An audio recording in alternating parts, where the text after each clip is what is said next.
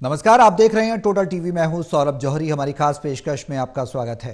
प्रधानमंत्री नरेंद्र मोदी के नेतृत्व वाली केंद्र सरकार के 11 साल पूरा होने पर बीजेपी ने मोदी सरकार 11 साल बाद संकल्प से सिद्धि तक शीर्षक से एक वृहद स्तर का जनसंपर्क अभियान शुरू करने का ऐलान किया है, जिसमें देश भर में जनसभाएं आयोजित होंगी। वहीं बीजेपी नेता भी बैठकें करेंगे।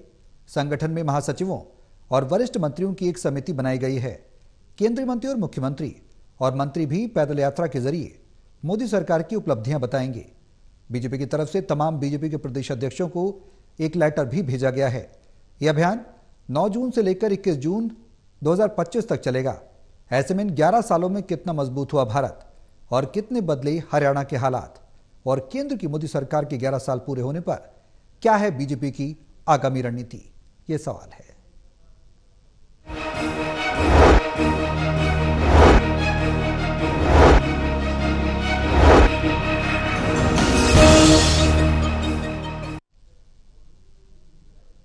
तो इन 11 सालों में केंद्र सरकार ने क्या क्या उपलब्धियां हासिल की हैं, उनको जनता तक पहुंचाने की कोशिश की जाएगी। हरियाणा में कितने हालात बदले हैं और पूर्ववर्ती सरकारों से उसका तुलनात्मक अध्ययन, और खासकर जो कांग्रेस झूठ फैला रही है उसका पर्दाफाश करने के लिए बीजेपी की अहम तैयारी कितनी कारगर साबित होगी और क्या कहती है तमाम रणनीति बीजेपी की। जनसंपर्क भी इसमें किया जाएगा। पार्टी को और मजबूत धार देने की कोशिश पार्टी कर रही है।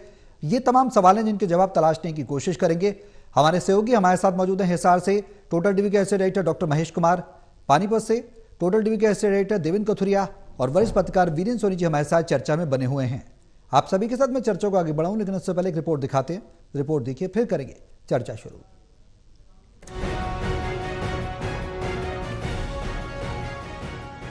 छब्बीस मई 2014 को पीएम मोदी के नेतृत्व में बनी केंद्र की मोदी सरकार 11 वर्ष पूरे कर चुकी है। अब इस मौके पर बीजेपी कई कार्यक्रम आयोजित कर 11 वर्ष के कार्यक्रम को भव्यता से मनाने की तैयारी कर रही है। बीजेपी महासचिव अरुण सिंह की ओर से दी गई जानकारी के अनुसार मोदी सरकार के 11 वर्ष पूरे होने पर संकल्प से सिद्धि तक कार्यक्रम आयोजित किया जाएगा। पार्टी की ओर से इसके लिए जनसंपर्क अभियान चलाने की बात कही जा रही है। इसमें प्रत्येक विधानसभा क्षेत्र से 29 मई तक जनसंपर्क अभियान चलाया जाएगा, जिसमें बूथ स्तर पर 1+4 और 1+2 के फॉर्मूले पर कार्यकर्ता भाग लेंगे। पार्टी की ओर से इसी तरह 15 जून से 20 जून तक योग प्रशिक्षण शिविर भी चलेंगे। 20 जून को सार्वजनिक स्थलों पर गैर राजनीतिक योग दिवस कार्यक्रम का आयोजन किया जाएगा, जिसको लेकर हरियाणा में तैयारियां भी शुरू कर दी गई हैं। बाबा रामदेव हरियाणा में योग दिवस के दिन योग करते हुए नजर आएंगे। मैं ये चाहता हूं, हम ये बड़ी प्लानिंग अधिकारियों के साथ बैठ करके कर रहे हैं कि हरियाणा का एक एक जन 21 जून को योग के साथ जुड़े और वो इसके अंदर अपने शरीर को हष्ट स्वस्थ और मजबूत करे। ऐसी हम मिलकर के इसको आगे बढ़ाने का काम करेंगे कि सबसे ज्यादा दुनिया में अगर कोई चर्चा होगी तो हरियाणा की चर्चा हो कि इतने लोगों ने योग में हिस्सा लिया है। यही नहीं, पार्टी की ओर से 11 साल पूरे होने पर कई और कार्यक्रमों का भी आयोजन किया जा रहा है। इसमें विकसित भारत संकल्प सभा कार्यक्रम भी आयोजित हो रहा है, जिसमें नागरिकों से विकसित भारत हेतु संकल्प लिया जाएगा। मोदी जी का जो सपना है, उन्होंने एक सपना देखा और उस गति से भारत आगे बढ़ रहा है, हमें गर्व है। उन्होंने कहा कि 2047 तक ये भारत ये विकसित राष्ट्र बनेगा। ये सपना प्रधानमंत्री जी ने देखा है और मैं ये बात बड़े दावे के साथ कह सकता हूं कि अगर ये योग हर घर में पहुंच गया तो ये 10 वर्ष पहले विकसित राष्ट्र बन जाएगा। इस गति से काम होगा। इसी तरह पंचायत चौपाल आयुष्मान भारत शिविर योजना भी आयोजित किया जाएगा।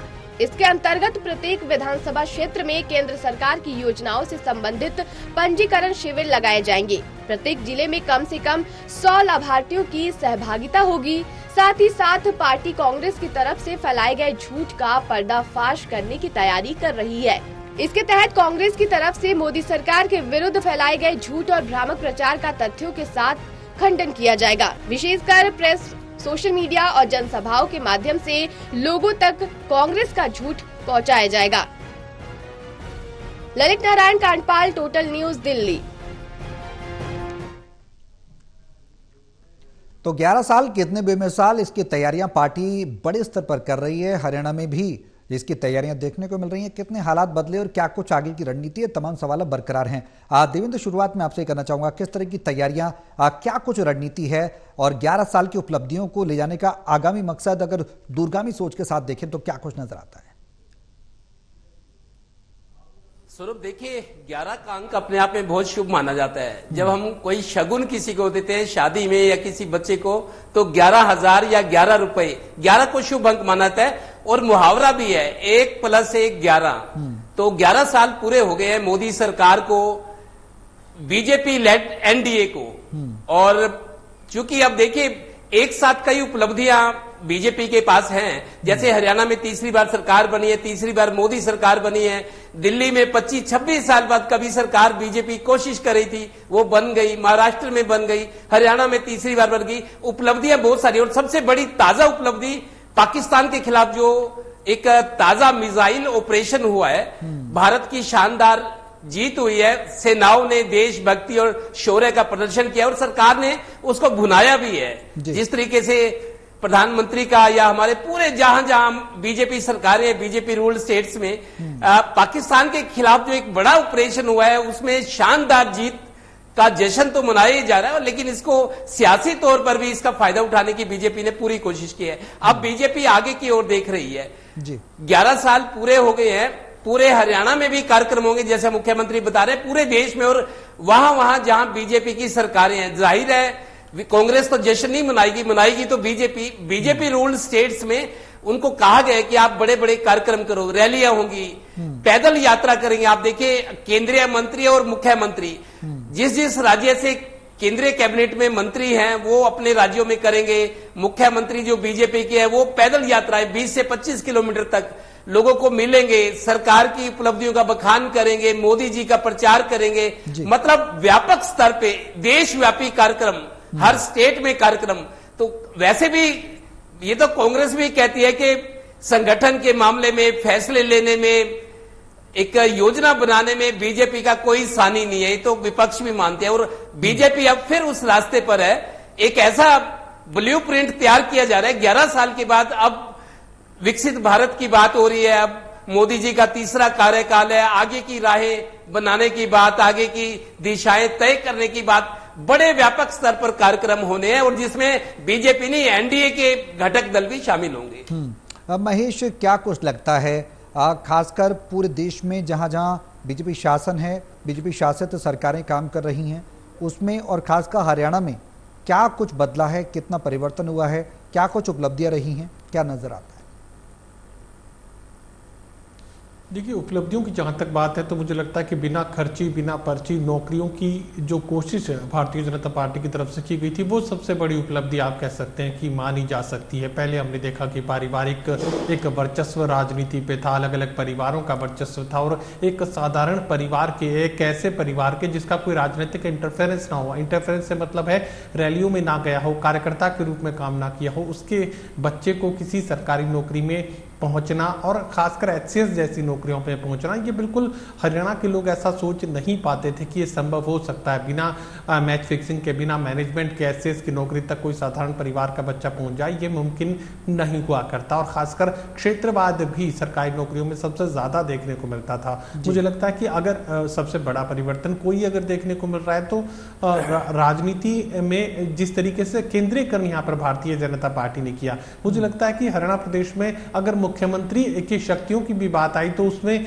लगेगा कि कहीं ना कहीं कोई और है जो केंद्रित कर रहा है, कहीं ना कहीं कोई और है जो एक अलग दिशा देने की कोशिश कर रहा है। तो न सिर्फ हरियाणा का मुख्यमंत्री, आप राजस्थान के मुख्यमंत्री को देख लें, भारतीय जनता पार्टी के किसी भी प्रदेश के मुख्यमंत्री को आप देख लें, आपको लगेगा कि एक सेंट्रलाइज्ड पावर है जो तमाम राज्यों को चलाने का काम कर रही है। एक पॉजिटिव वाइब जरूर यहाँ पर एक आम परिवार के लिए, गरीब परिवार के लिए काम करने की कोशिश की गई है। डेवलपमेंट की यहाँ तक बात है तो हरियाणा विकसित हुआ है। बीते 10 सालों की भारतीय जनता पार्टी की सरकार का जिक्र किया जाए, उससे पहले गठबंधन सरकार हरियाणा में भारतीय जनता पार्टी चला रही थी, या फिर मोदी सरकार के कार्यों का जिक्र किया जाए, सबसे बड़ा जो अगर चेंज नजर आता है तो वो कनेक्टिविटी को लेकर देखने को मिलता है। जिस तरीके से हाईवेज पूरे हरियाणा प्रदेश में अलग अलग इलाकों में डेवलपमेंट को रफ्तार देते हुए नजर आए, वो बेहतरीन कोशिश कही जा सकती है। और ये कोशिश सिर्फ हरियाणा में हुई हो ऐसा नहीं है, देश के तमाम राज्यों में इसी तरह का जो लिंक है, कनेक्टिंग लिंक है, वो देखने को मिला। चाहे पहाड़ी क्षेत्रों की बात की जाए, दूरगामी राजस्थान के इलाकों की बात की जाए, या फिर पूर्व नॉर्थ ईस्ट के राज्यों की बात की जाए, हर जगह पर हाईवेज ने जिंदगी को बदलने का काम किया है। अब सवाल यह आता है कि विकास हुआ है, डेवलपमेंट हुआ है, तो जाहिर है कुछ ना कुछ ऐसा भी हुआ होगा जो कि गलत है। गलत से मेरा अभिप्राय यह है कि भ्रष्टाचार को रोकने की भरसक कोशिश भारतीय जनता पार्टी ने की, लेकिन भ्रष्टाचार मुक्त व्यवस्था कायम कर पाए हों ऐसा अभी तक हुआ नहीं है। चाहे राष्ट्रीय स्तर की बात की जाए और चाहे यहाँ प्रादेशिक स्तर की बात की जाए। नितिन गडकरी ने केंद्रीय सड़क मंत्रालय को संभालते हुए हाईवेज जिस तरीके का डेवलपमेंट किया, जिस क्वालिटी के हाईवेज बनाए गए, और जिस तरीके से उन्होंने कहा कि मैं कभी ठेकेदारों से नहीं मिलता, तो ऐसे में उस व्यवस्था में जरूर यहाँ पर पारदर्शिता देखने को मिली। इसके अलावा अगर परिस्थितियों को समझने की कोशिश की जाए तो भ्रष्टाचार मुक्त व्यवस्था भारतीय जनता पार्टी भी खड़ा नहीं कर पाई, और हरियाणा प्रदेश में भी यही स्थिति है। अब अगर आत्मचिंतन की बात भारतीय जनता पार्टी के लिए हो तो मुझे लगता है कि अंदर के भ्रष्टाचार को खत्म करना भारतीय जनता पार्टी के लिए एक बड़ा मिशन हो सकता है, क्योंकि आप कांग्रेस को कोस सकते हैं, कांग्रेस पार्टी की विचारधारा को कोस सकते हैं, लेकिन जो भारतीय जनता पार्टी का अंदरूनी भ्रष्टाचार है उसे किस तरीके से काबू करेंगे, ये भी एक बड़ा सवाल मुझे लगता है कि प्रधानमंत्री नरेंद्र मोदी के लिए भी हो सकता है और तमाम उन लोगों के लिए हो सकता है जो कि भ्रष्टाचार मुक्त सरकार का जिक्र करते हैं। सरकार सिर्फ सरकारी नौकरियों से जुड़ी हुई नहीं है, उसके साथ बहुत सारी ऐसी व्यवस्थाएं हैं। खासकर हरियाणा प्रदेश में गठबंधन की सरकार जिस वक्त चल रही थी उस वक्त भ्रष्टाचार अपने चरम पर था, और आपको याद होगा कि मनोहर वन के वक्त ये दावा सरकार की तरफ से किया जाता था कि भ्रष्टाचार मुक्त जो जीरो टॉलरेंस भ्रष्टाचार को लेकर है, लेकिन जब गठबंधन की सरकार हरियाणा प्रदेश में चल रही थी उस वक्त ये दावा नहीं किया गया, और आज क्या सरकार ये दावा कर सकती है? तो ऐसे में ये एक बड़ा सवाल मुझे लगता है कि भारतीय जनता पार्टी और विकसित भारत 2047 का जब जिक्र भारतीय जनता पार्टी करती है तो अंदरूनी भ्रष्टाचार को काबू करना इस वक्त भारतीय जनता पार्टी के लिए एक बड़ा मिशन हो सकता है, क्योंकि तमाम जो अलग अलग राजनीतिक दलों में लोग थे, शुरुआत में जरूर भारतीय जनता पार्टी ने कहा कि हम चेहरे जांच परख कर लेंगे, लेकिन उसके बाद हमने देखा कि जैसे ही चुनाव सामने आता है फिर खुली भर्ती भारतीय जनता पार्टी में देखने को मिलती है।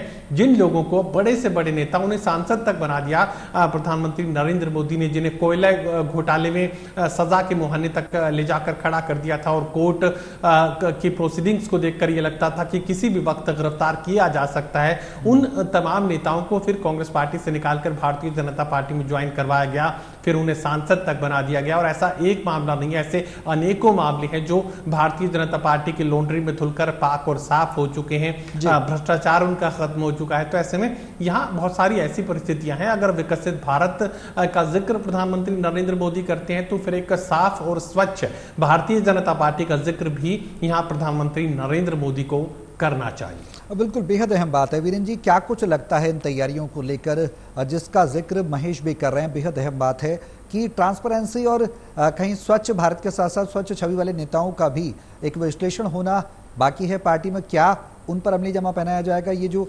संकल्प से सिद्धि तक के शीर्षक के तहत पार्टी 11 साल की उपलब्धियां गिनाने जा रही है। देखिए, सबसे बड़ी बात यह है कि नरेंद्र मोदी जी ने 11 वर्ष लगातार जो है ये प्रधानमंत्री हैं और इंदिरा गांधी का रिकॉर्ड तोड़ने जा रहे हैं, क्योंकि इंदिरा गांधी जी का रिकॉर्ड 11 वर्ष 60 दिन का है, वो रिकॉर्ड तो टूट ही जाएगा। तो ये बात बड़ी स्पष्ट है कि प्रधानमंत्री नरेंद्र मोदी के जो कार्यकाल है उसमें कई उपलब्धियां भी हैं और कई आलोचना भी हो रही है सरकार के स्तर पर और पार्टी के स्तर पर। जो कुछ खामियां हैं उसकी अलग अलग चर्चा हो रही है, लेकिन पार्टी इसको भुनाने का प्रयास करेगी। जो उपलब्धियां होती हैं उसको भुनाने का प्रयास किया जाता है। तो पार्टी इस 11 वर्ष के कार्यकाल को जो देश भर में एक संदेश देने का प्रयास करेगी कि पार्टी ने देश भर में एक क्रांतिकारी परिवर्तन लाए हैं। अब ये परिवर्तन कितने कारगर हैं, देश की जनता को कितने भाते हैं, और देखिए अपने स्तर पर कुछ खामियां तो हैं ही हैं, इसमें कोई दो राय नहीं है। वो पार्टी के अंदरूनी स्तर पर भी चर्चा होती है और अलग ढंग से। लेकिन हमें ये मानना पड़ेगा कि जो पिछले यूपीए का शासनकाल था जिसमें भ्रष्टाचार की जो चर्चाएं होती थी वो समाप्त हो गई हैं। ये बात ठीक है कि जो अधिकार और जो एक तरह का शासन की व्यवस्था होती है भारतीय जनता पार्टी की अलग ढंग से है, जो यूपीए में अलग ढंग से होती थी। तो जो पारदर्शिता की बात है, हर सरकार की, हर एक नेता की अपने कार्य करने की अलग अलग शैली होती है, और उस शैली में अब देखना है कि देश की जनता ने तीसरी बार नरेंद्र मोदी जी को कार्यकाल दिया है। तो ऐसे में अब देखिए, नेहरू जी 17 वर्ष तक प्रधानमंत्री रहे, अब 17 वर्ष का रिकॉर्ड तो अभी टूटने वाला नहीं है, लेकिन इंदिरा गांधी जो लगातार जो है 11 वर्ष जो है 60 दिन तक प्रधानमंत्री रही, वो रिकॉर्ड तो अब टूट ही जाएगा। और इसके अलावा देखिए, भारतीय जनता पार्टी के कार्यकर्ताओं का मनोबल बना रहे और उत्साह रहे। देखिए, ऑपरेशन सिंदूर के माध्यम से देशभक्ति की एक अलग ब्यार पैदा की जा रही है, लोगों में ये भावना पैदा हो रही है, और भारतीय जनता पार्टी के कार्यकर्ता जो कुछ समय पहले शिथिल हो गए थे, अब बड़े उत्साह के साथ जो है देश भर में अपने पार्टी की उपलब्धियों को गिना रहे हैं और पार्टी का व्यापक स्तर पर प्रचार भी कर रहे हैं। पर देखिए, ये भारतीय जनता पार्टी के बारे में कहा जाता है कि पार्टी चुनाव होने के बाद पहले दिन से ही चुनाव में सक्रिय हो जाती है, ये चुनाव मानकर चलती है। अभी काफी समय है, लेकिन देखिए, अब हरियाणा में तो कोई चुनाव है नहीं, लेकिन पार्टी की अपनी सक्रियता, अपने कार्यक्रम, महापुरुषों की जयंती मनाने का कार्यक्रम, ये जिला स्तर पर, प्रदेश स्तर पर किया जा रहा है, और उसकी उपलब्धियां जो है पार्टी को एक बुलाने का प्रयास भी है, और पार्टी कार्यकर्ताओं में, पदाधिकारियों में नए जोश का संचार हो रहा है। हालांकि देखिए, जिला स्तर पर अध्यक्ष बन चुके हैं, लेकिन अभी प्रदेश अध्यक्ष की नियुक्ति होनी है, ये मामला काफी समय से लटका हुआ है। तो ऐसे में उसको भी शिथिलता को दूर करते हुए, लेकिन पार्टी के कार्यक्रमों में, अभियानों में कोई कमी नहीं आई। पार्टी के अभियान भी जारी है, कार्यक्रम जारी है, जो संगठन की अलग व्यवस्था है वो चलती रहेगी, लेकिन पार्टी के कार्यक्रम नहीं रुके हैं। अब कांग्रेस की स्थिति देखें तो कांग्रेस की स्थिति तो उल्टा ही है। अब कांग्रेस के में तो कार्यकर्ता ही नहीं है, कांग्रेस जनता भी नहीं जुड़ना चाहती, कार्यकर्ता नहीं जुड़ना चाहते। जब कोई चुनाव आते हैं तो नेता मैदान छोड़कर भाग जाते हैं, वो चुनाव लड़ने को इच्छुक नहीं होते। तो कांग्रेस में एक अलग ढंग से निराशा का बोल है। इसके विपरीत भारतीय जनता पार्टी में उत्साह का संचार है। भारतीय जनता पार्टी का कोई भी कार्यक्रम हो, उसमें वो लोग भी हों, कार्यकर्ता हों, बड़ी उत्साह से भाग लेते हैं। ये पार्टी के लिए एक बड़ी उपलब्धि है, पार्टी के नेतृत्व की बड़ी एक गतिशीलता और उनकी लोकप्रियता का प्रमाण है। देवेंद्र, एक बड़ा सवाल है, वो सवाल ये है कि एक सवाल उठ रहा है कि कांग्रेस झूठ फैला रही है, उसका भी पर्दाफाश बीजेपी करेगी इन संकल्प से सिद्धि कार्यक्रम के तहत। किस तरह का झूठ कांग्रेस के द्वारा फैलाया जा रहा है और क्या कुछ बीजेपी की तैयारियां नजर आ रही हैं? स्वरूप, देखिए, राजनीति जो करती है पार्टियां, इस तरह के आरोप प्रत्यारोप तो लगते ही हैं, क्योंकि झूठ, आप देखिए, राहुल गांधी प्रधानमंत्री, मोदी जो कहते हैं, राहुल गांधी उसकी हमेशा काट करते हैं। जो ये कार्यक्रम है संकल्प से सिद्धि तक, एक ये वो कैची नारा है जो जब 2014 में 26 मई को प्रधानमंत्री पद की शपथ ली थी मोदी जी ने, उससे पहले कुछ नारे ऐसे गड़े गए, पूरा देश मंत्रमुग्ध हो गया था। सबका साथ, सबका विकास, ये पहली बार 2014 में नारा था। 2019 में प्रधानमंत्री जी का नारा था सबका साथ, सबका विकास, सबका विश्वास। फिर जब उसके बाद यूपी वाले चुनाव आए, लोकसभा चुनाव से पहले यूपी के आए थे, उस बार ये कहा गया था सबका साथ, सबका विकास, सबका विश्वास, सबका प्रयास। तो एक से एक, जैसे जो भी नारे बीजेपी ने गढ़े थे, वो सारे लोगों को मंत्रमुग्ध, जैसे हरियाणा के लिए था good governance, zero tolerance at corruption, ये वो नारे थे जिससे जनता बिल्कुल मंत्रमुग्ध हो गई। ये जब मोदी जी का प्रादुर्भाव हुआ बीजेपी का 2014 में, लोगों को ये लगा कि जैसे कोई भगवान आ गया इस देश को चलाने के लिए, क्योंकि तब एक के बाद एक घोटाले आ रहे थे कांग्रेस के 2013 से। कॉमनवेल्थ घोटाला, कोल घोटाला, 2G स्पेक्ट्रम घोटाला, रॉबर्ट वाड्रा, DLF, पता नहीं क्या, लोगों को ऐसे लगा जैसे भगवान आ गया, लोगों ने आंखों पे बिठा लिया। तो धीरे धीरे अपनी जो भी उपलब्धियां हैं, सरकार के जो संगठन की गतिविधियां थी, संगठन को मजबूत बनाया, बड़े आक्रामक तरीके से चुनाव लड़े, उसकी योजनाएं बनी, क्रियान्वयन हुआ, मॉनिटरिंग हुई और मैनेजमेंट हुई, सब कुछ। लोग लगातार कहते रहे कि दो टू मैन शो है, प्रधानमंत्री और अमित शाह। तो पार्टी सियासी जिस तरीके से चलानी चाहिए वो तो चलाई, लेकिन सारे जतन, साम दाम दंड भेद, हर कुछ राजनीति चलाने के लिए, सरकार बनाने के लिए जो कुछ जरूरी था बीजेपी ने किया। और आज 11 साल का जश्न मना रहे हैं, संकल्प से सिद्धि तक, सबका साथ, सबका विश्वास, मोदी है तो मुमकिन है, जाने क्या क्या नारे गड़े गए थे जिन्होंने पूरे देश को मंत्रमुग्ध कर दिया। और राम मंदिर बना दिया, पाकिस्तान वाला मामला है, और कुछ ऐसे हैं जो लोगों को लगे कि हाँ, इस देश अब संकल्प, अब 2047 तक विकसित भारत का जो नारा है, बहुत सारी चीजें हैं, लेकिन बहुत सारी कमियां भी रही हैं। बुलेट ट्रेन की बात थी, स्मार्ट सिटी बनाने की बात थी, स्मार्ट सिटी वाला प्रोजेक्ट एक तरह से अब फेलियर है मेरे हिसाब से। जो एक रिपोर्ट मैंने पढ़ी थी कि स्मार्ट सिटी वाला वो है, बुलेट ट्रेन वाली बातें हैं। हरियाणा में नारा था good governance, zero tolerance at corruption, तो ये दो बड़े नारे थे जिससे हरियाणा के लोग भी मंत्रमुग्ध हुए थे। लेकिन लगता है कि देखिए, सरकार में स्थिरता आई है, सरकार का विश्वास है, लेकिन जो कुछ दावे थे बीजेपी की तरफ से, बीजेपी पार्टी की तरफ से, उनमें उनको कसौटी पर खरा उतारा जाए तो मेरे को लगता है अभी कमी है। महेश, जिस तरह से देवेंद्र बता रहे हैं कि कुछ कमियां हैं, और जाहिर सी बात है कि जब कोई भी पार्टी सत्ता में होती है तो कुछ अच्छाइयां तो कुछ खामियां भी उसके अंदर रह जाती हैं। ये जो कार्यक्रम किया जा रहा है बीजेपी के द्वारा, इसमें इस बात से इनकार नहीं किया जा सकता कि पार्टी को बड़े स्तर पर मजबूती मिलेगी पूरे देश में, जहां जहां बीजेपी की सरकारें हैं, खासकर हरियाणा में भी। अब क्या पार्टी उपलब्धियों को ही गिनाएगी, या जो देवेंद्र भी जिक्र कर रहे हैं कुछ कमियां उन पर भी फोकस किया जाएगा कि भाई हाँ, अब तक ये कमियां रही हैं और अब आगे इनको दूर किया जाएगा, उन्हें बरकरार नहीं रहने दिया जाएगा? देखिए, नारा तो 2019 के विधानसभा चुनाव में यह भी दिया गया था, मैं भी चौकीदार, और प्रधानमंत्री नरेंद्र मोदी से लेकर हरियाणा प्रदेश के मुख्यमंत्री उस वक्त के मनोहर लाल खट्टर, हरियाणा प्रदेश के उस वक्त के तमाम कैबिनेट मंत्री और भारतीय जनता पार्टी के छोटे से छोटे कार्यकर्ता ने मैं भी चौकीदार अपनी फेसबुक आईडी पर डाले थे, अपने व्हाट्सएप आईडीज पर डाले गए थे। तमाम फोटोग्राफ्स इस तरह के देखने को मिले थे, मैं भी चौकीदार। मोदी से लेकर भारतीय जनता पार्टी का छोटे से छोटा कार्यकर्ता चौकीदार बन गया था। लेकिन जैसे ही चुनाव परिणाम सामने आया, चुनाव परिणाम सामने आने के बाद अगले 12 घंटों के भीतर छोटे छोटे कार्यकर्ता से लेकर प्रधानमंत्री नरेंद्र मोदी ने चौकीदारी छोड़ दी। तो साफ तौर से ये बात कही जा सकती है कि ये एक स्लोगन्स होते हैं, मार्केटिंग के एक स्ट्रेटजी आप इसे मान सकते हैं। जैसे बड़ी बड़ी कंपनीज अपने लिए स्लोगन्स तैयार करती है, कैची वर्ड्स तैयार करती है, उसी तरीके से चुनाव से पहले चुनावी मैनेजमेंट से जुड़े लोग कैची वर्ड्स, कैची स्लोगन्स तैयार करते हैं, जो बड़े बड़े होर्डिंग्स पर इस्तेमाल होते हैं, एडवर्टीजमेंट्स में इस्तेमाल होते हैं, रैलियों में इस्तेमाल होते हैं। उसके बाद इन तमाम बातों का कोई मायने, कोई मतलब नहीं निकलते हैं। और खामियों का जहां तक जिक्र किया जा रहा था, मुझे लगता है कि अगर नीयत सही हो तो फिर खामियां भी दुरुस्त की जा सकती हैं। लेकिन जिस मुद्दे को मैं सबसे पहले उठाने की कोशिश कर रहा था, अगर अब मुझे लगता है कि वक्त आ गया है कि भारतीय जनता पार्टी खुद को फिल्टर करे, खुद को बेहतर बनाने के लिए अंदर की जो स्वच्छता कार्यक्रम की शुरुआत है वो भारतीय जनता पार्टी को करनी चाहिए, छोटे से छोटे स्तर से लेकर किसी भी ग्राम पंचायत से लेकर, और मुझे लगता है कि मेयर, उसके बाद कैबिनेट मंत्री, भारतीय जनता पार्टी के पदाधिकारी, केंद्रीय मंत्री और खुद प्रधानमंत्री तक, प्रधानमंत्री कार्यालय तक फिल्ट्रेशन की जो जरूरत है वो महसूस की जा रही है। क्योंकि अब विपक्ष में तो नेता बचे ही नहीं, अब तो जो नेता है जिसका मजबूत आधार था, या कहीं कोई ईडी या सीबीआई या इनकम टैक्स के घेरे में अगर कोई नेता आ रहा था, तो वो भारतीय जनता पार्टी में अब लोग शामिल हो चुके हैं। अब अगर फिल्ट्रेशन की जरूरत है तो आप कांग्रेस पार्टी की खामियां गिनवाते रहिए,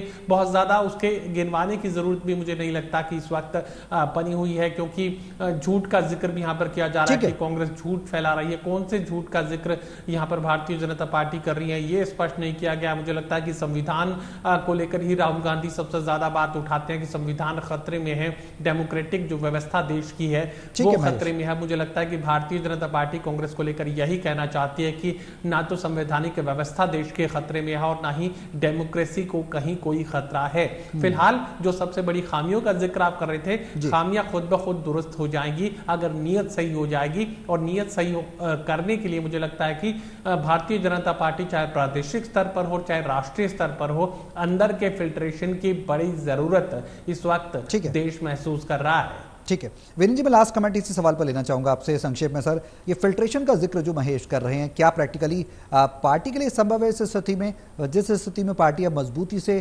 सरकार में आई है, सत्ता में आई है, न सिर्फ केंद्र में बल्कि प्रदेश में भी, हरियाणा में भी और कई राज्यों में भी बीजेपी ने उपलब्धि हासिल की है? देखिए, जो भारतीय जनता पार्टी के मूल कार्यकर्ता रहे हैं, जिनकी संगठन में निष्ठा रही है, जिन्होंने संगठन के लिए तपस्या करते रहे हैं, वो इनको इस बात से तो संतुष्टि है कि पार्टी सत्ता में आ गई, लगातार तीसरी बार सत्ता में आई है। लेकिन जो निष्ठावान और समर्पित कार्यकर्ताओं की जो उपेक्षा हो रही है, इससे उनके मन में पीड़ा अवश्य है। जो दूसरे दलों के लोग आ गए हैं, जो आकर हावी और प्रभावी हो गए हैं, तो ये इस बात की पीड़ा तो है ही है। अब पार्टी के स्तर पर सोचना है कि जो निष्ठावान कार्यकर्ता हैं उनको संगठन में किस तरह सक्रिय करना है, उनको किस तरह महत्व देना है, ये पार्टी के स्तर पर है। और ये देखिए, मोदी जी ने कहा था कि वीआईपी कल्चर को समाप्त करना है, लेकिन वो कल्चर तो समाप्त हुआ नहीं है। वीआईपी कल्चर आज भी है। और ये भी कहा था कि जो जनप्रतिनिधि हैं, सांसद हैं, विधायक हैं, मंत्री हैं, अगर वो अपना प्रतिनिधि बनाते हैं तो कार्यकर्ता को बनाएं, अपने परिवार के किसी सदस्य को ना बनाएं। लेकिन वो परंपरा भी जारी है। मतलब जो बातें मोदी जी ने कही, क्या बदलाव पर अमल नहीं हो रहा, ना संगठन स्तर पर अमल हो रहा है। तो इसमें अब जो नए अध्यक्ष बनेंगे, पार्टी के राष्ट्रीय अध्यक्ष बनेंगे, और प्रदेशों में भी अध्यक्ष बनेंगे, किस तरह के परिवर्तन होगा, ये भी सवाल आता है। संगठन को एक नए रास्ते पर ले जाने की आवश्यकता है। अब संगठन में क्रांतिकारी परिवर्तन होंगे, वो दिखाई भी देंगे। कुल मिला के ये कहा जा सकता है कि पार्टी में और संगठन स्तर पर, सरकार स्तर पर काफी परिवर्तन हमें इस 11 वर्ष के बाद अब दिखाई देने शुरू होंगे। बिल्कुल। अब आगे क्या कुछ रणनीति होगी पार्टी की 11 साल से संकल्प से सिद्धि तक? इस कार्यक्रम के तहत क्या कुछ फिल्ट्रेशन होगा, कितना बड़ा परिवर्तन होगा पार्टी के अंदर, इंट्रोस्पेक्शन क्या कुछ होगा, आत्मपरीक्षण पार्टी के नेता करेंगे और क्या कुछ बड़ा बदलाव लाने की कोशिश की जाएगी? तमाम सवाल हैं। जब पार्टी की ये कार्यक्रम चलेगा उसके बाद देखना होगा कि क्या वो परिवर्तन की दिशा में पार्टी आगे कदम बढ़ाती है, ये देखना होगा। बहुत शुक्रिया आप सभी का हमारे साथ इस चर्चा में शामिल होने के लिए।